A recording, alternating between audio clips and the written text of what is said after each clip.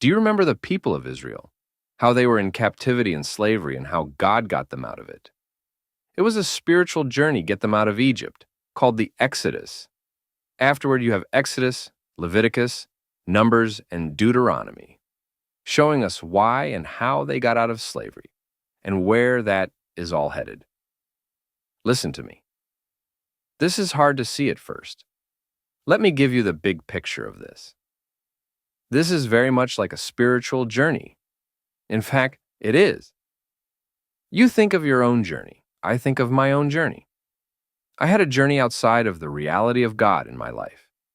That journey, very literally for me, took me increasingly into the realm of slavery, enslaved to things, enslaved to habits that were bad, enslaved to relationships that were unhealthy, enslaved to a bunch of things.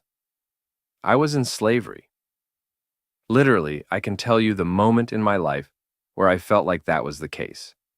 I began to cry out for help to people, and eventually some people directed me towards the Lord. As I began to cry out to the Lord, actually I began to find, much to my surprise, things happening in my life that felt like someone external from me was intervening on my behalf. Eventually I came to faith in Christ. It is not like I immediately became the shining new thing. I actually waded through an odyssey just like Israel did, sometimes doing well, lots of times not doing so well. All of the time, learning what it was like to take this new walk, now that I had been freed from slavery. I can tell you that there eventually came a day. I liken it in my own life to standing at a river, still wrestling with some difficult things from my past, and basically saying, I have arrived at the day when this all needs to be laid down. I'm going to cross this river. Do you see yourself in this? That is often the case in our spiritual journey. We come to a decision, we don't make it.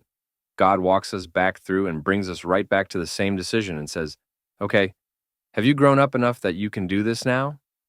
That is exactly what happens. That is the flow of it. It is a very practical flow. Have you done it?